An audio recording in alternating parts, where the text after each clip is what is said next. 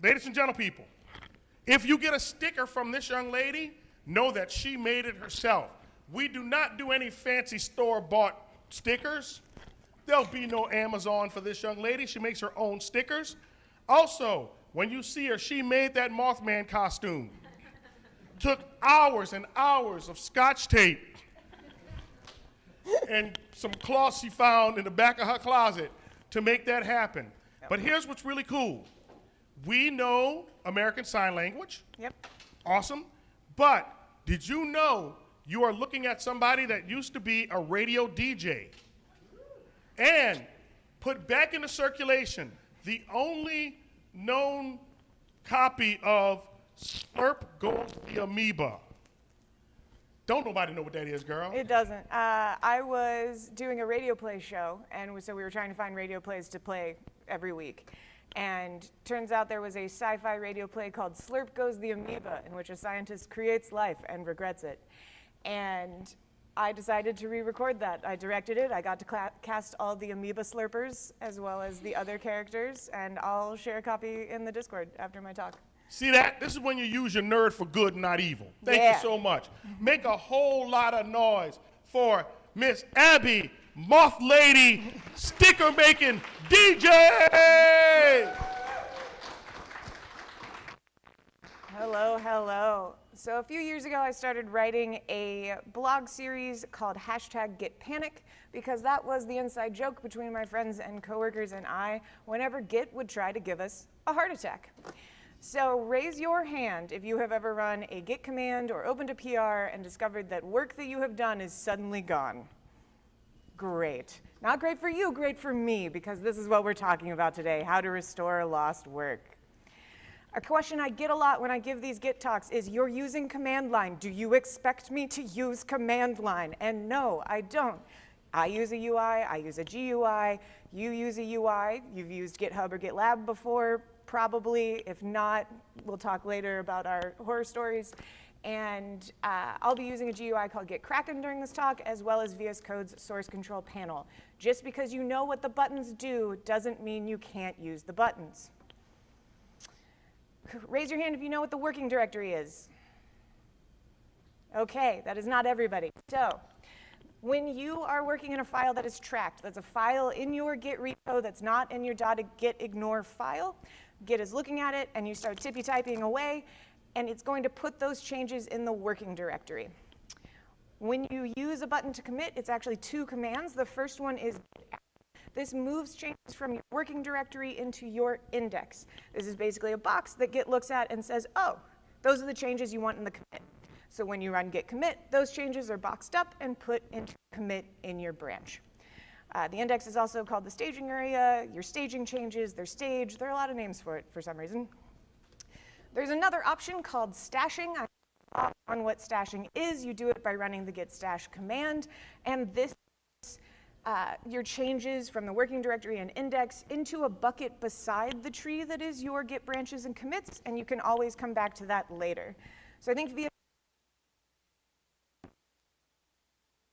is the index, so I'll go ahead and save a change. We'll see if my change shows up eventually, and there we go. And then if I stage the changes to a stage changes area.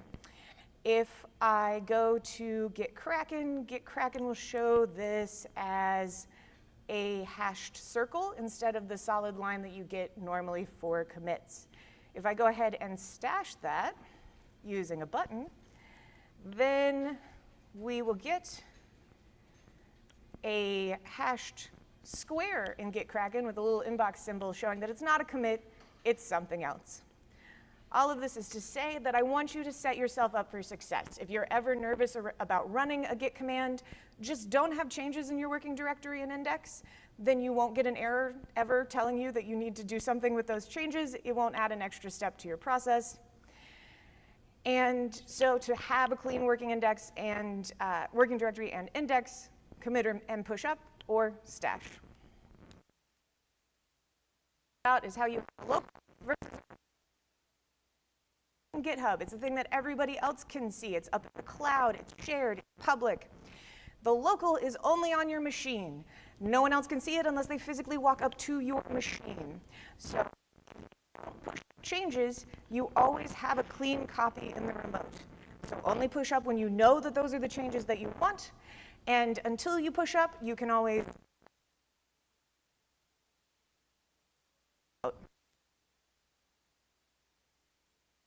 steps. You may run into merge conflicts. You may have a lot to do. At some point, perhaps you run into a situation where you're like, I cannot resolve 1,000 merge conflicts. That is not something I can do today. At that point, you can use the abort flag. Be like, you never ran. Not get panicking. Go ahead and use the continue flag. So always you have the option to abort. If you are still scared, you don't have to do this, but you can create a copy branch. That way you can mess with what you maybe accidentally put up. You'll always have a clean copy. Using the checkout command, just like you would creating a branch off of main to start a new feature or anything like that.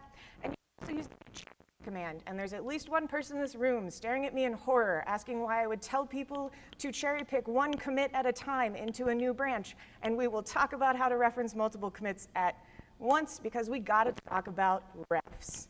This is actually what this talk is about. A ref is a human-readable reference to a thing.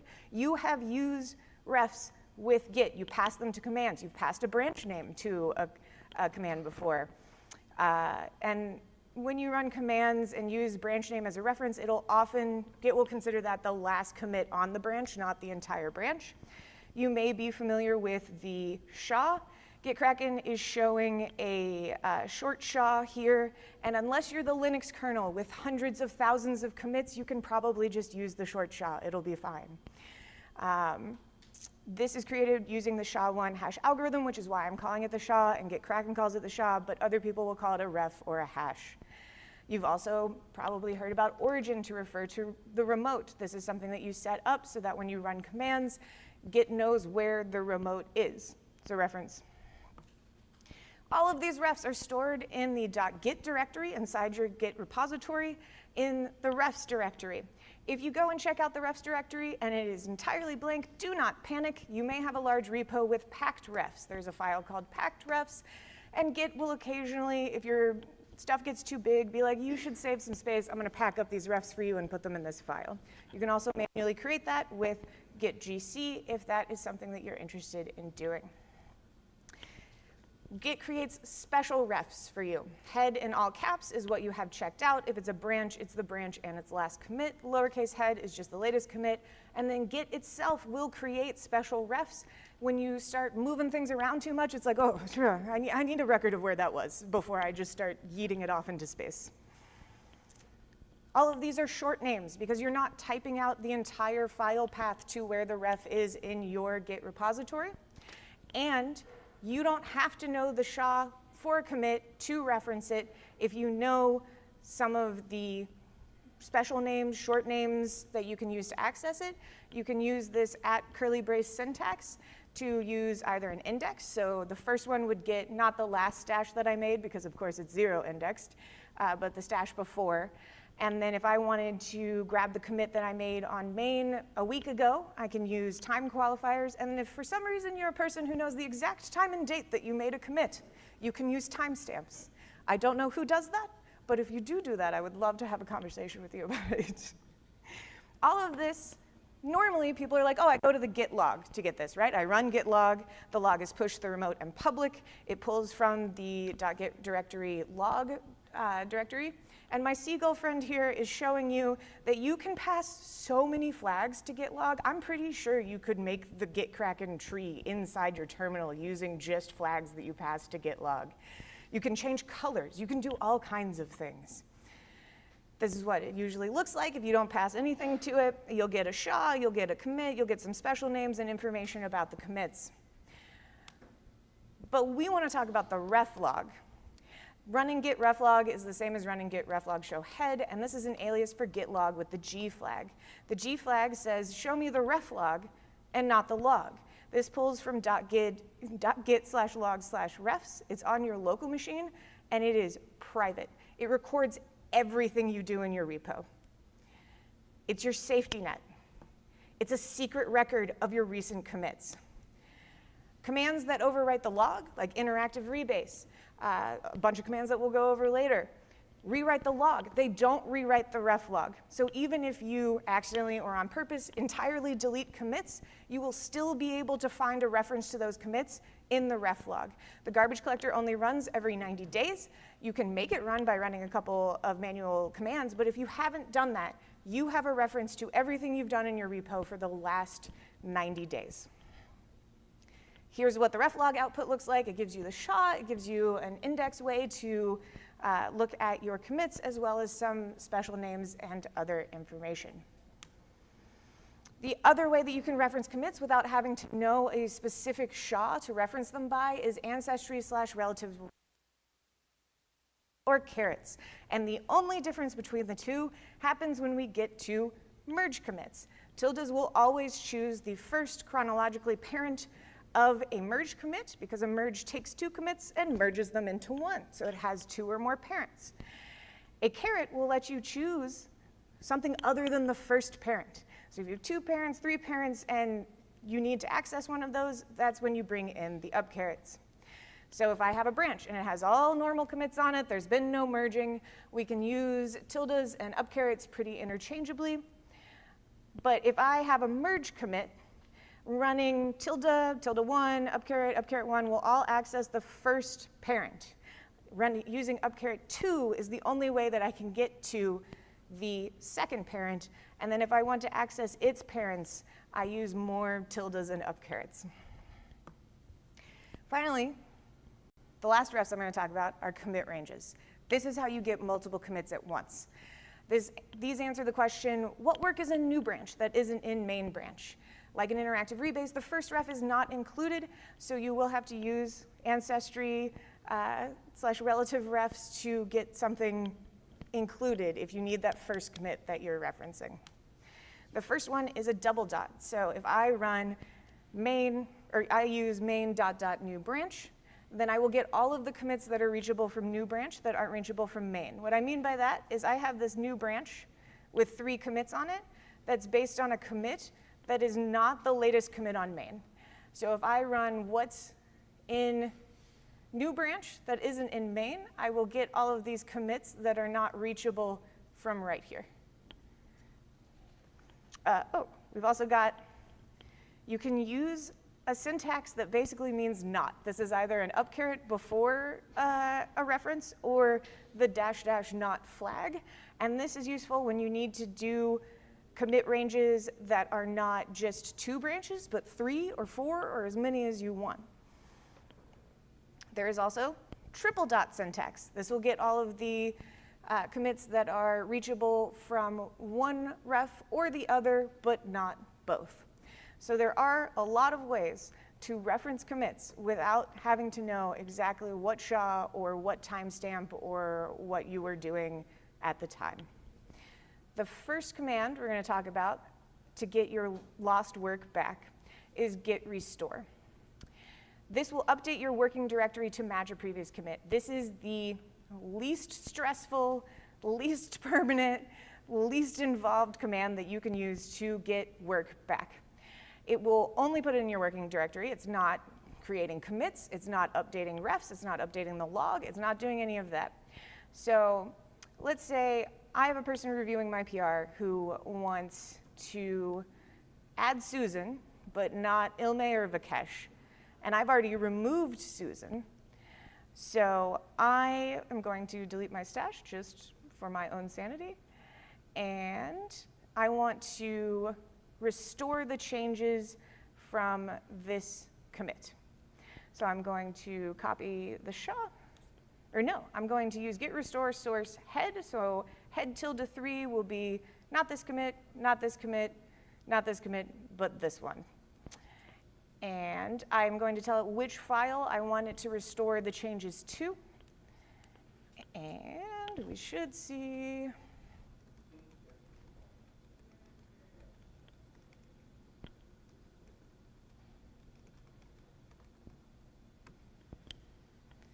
that the changes in my file now match that commit I have them in my working directory, so I can choose to add changes. I can choose to do a lot of things, but I haven't done anything permanent. I haven't done anything that would be scary. I have my changes in my working directory to do with what I would like. The next command we're going to talk about is reset. This does change refs. It does rewrite the log. You pass the commit that you want to keep, and you have 3 options: soft, mixed, and hard. We're going to start with soft. Get reset soft will update the refs. It won't remove any changes you currently have in your working directory and index. It wants you to keep those. It doesn't want to delete anything. And it will put the changes from the commit that you removed into your index. So get reset soft head tilde is going to reset us to the parent of head, so this add Vikesh commit. I'm going to reset Susan, remove Susan.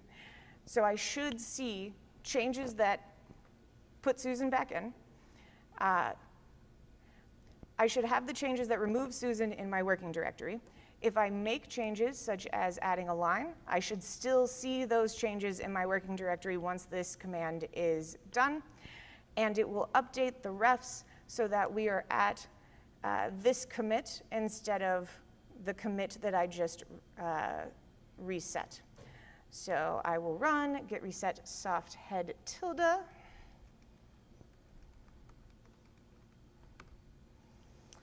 And now I have staged changes that are the changes from the commit that I essentially just deleted. And I still have the changes that I was working on. Nothing has been overwritten. If we go back to get cracking, we can see that now on my local machine, this commit does not exist in the log. It's only in my remote. So if I discard all of these changes, apparently one at a time, then I will see that Git says, oh, well, you have a commit in the remote that you don't have in your local. You can just pull it down. We still have everything that we need in the remote. We're just messing around in our local. We haven't done anything that we can't undo. The next option is mixed. This is reset default. This will update the refs. It won't remove any changes from the working directory or index, and it will put the changes you just removed into your working directory instead of your index. So if we run the same commit, first, let's pull down that commit so that we're working with the same clean copy that we had. And we will run the same command, but without the soft flag, which is the equivalent of running it with the mixed flag. So now I have the same changes that were in the commit that I just removed, and they are in my working directory, not in my index this time. So again, if I discard these, we have the same situation where Git is like, oh, I have that commit up in the remote, but not in the local, because you've rewritten the log in your local to say that that commit does not exist anymore. The last option is hard, which is essentially the memory wiping device from Men in Black. If you've never seen Men in Black, a little light flashes and then you don't remember what just happened. This is going to delete anything that you have in your index and working directory. You will not get to keep that. It will update the refs, and it will delete the changes from the commits you removed. So this time, when I run this with the hard flag, I am not going to get any changes in my index or working directory. And I have backed it up to the point where we don't have 2 commits now. So the remote is 2 commits ahead, and Git is telling me, hey, you have those 2 commits. Let's go ahead and pull them down. The next command we're going to talk about is revert. Git creates a new commit inverting the changes. It keeps a record of the changes instead of rewriting the log. So where before we were basically saying, hey, I write the log now. You have been wrong all along. That commit never existed. Now we're saying, yeah, that commit existed, but it was a mistake. So this is the command that you want to run if your repository has to be a record of changes that have happened. And it will create a commit that is effectively the same as get reset hard head, but it's an entire commit that just has the inverse changes. We can also run git revert no commit, and that will put all of the changes in my working directory and allow me to change them as much as I like. So I'm going to pull down my 2 commits that I like to remove, and I'm going to revert. Ooh, well, it helps if I give it a thing to revert. Head tilde. And now I have a commit message, I have the stage changes. It's like, clearly you want to make a commit out of this, but I'm not going to do it for you. Just you go ahead, you do it. And since we know from earlier in the talk, well, that's not a thing that I want to be doing. We're just going to start over. I don't know how to get out of encryption. So, we can still hopefully run git revert abort. No cherry picker revert in process, so we're just going to go ahead and accept that commit and keep going. So if I don't run no commit, it will do the same thing, but it will make the commit for me. So head tilde, and if I don't capitalize X, then it works as it should. If we look at Git Kraken, I have 2 commits, and these are commits that Git wrote for me. So it tells you what it's reverting, what's happening, and all of that. The last one we're going to talk about is interactive rebase. And I know if the rest of this intimidated you, you're like, Abby, I'm not going to interactive rebase anytime to do this. This is not happening. So if you want to get more confident with interactive rebasing, I have an entire talk that takes you from making a commit to interactive rebasing like a pro. It's an hour long. We don't have time to cover that. The first thing I'm going to do is practice what I preach and check out main so that I can delete the branch that I don't like. And then, you know, it helps if I use branch, not delete. And then pull down a fresh copy. And it's like I never did any of the things that I just did. And now I'm going to use a rebase to remove the last commit, which means I need to pick the SHA of the parent of that commit so that interactive rebase has something to print out. That's not what I wanted. I wanted this. Here we have a list of all the commits that I can edit in interactive rebase in a very small font. There we go. And the pick command, the pick keyword means that I want to keep this. But I don't want to keep this, so I'm going to add the drop keyword instead. After I do that, it's going to be exactly like reset, where this commit is in the remote, but not in the local. So the local thinks it doesn't exist, which means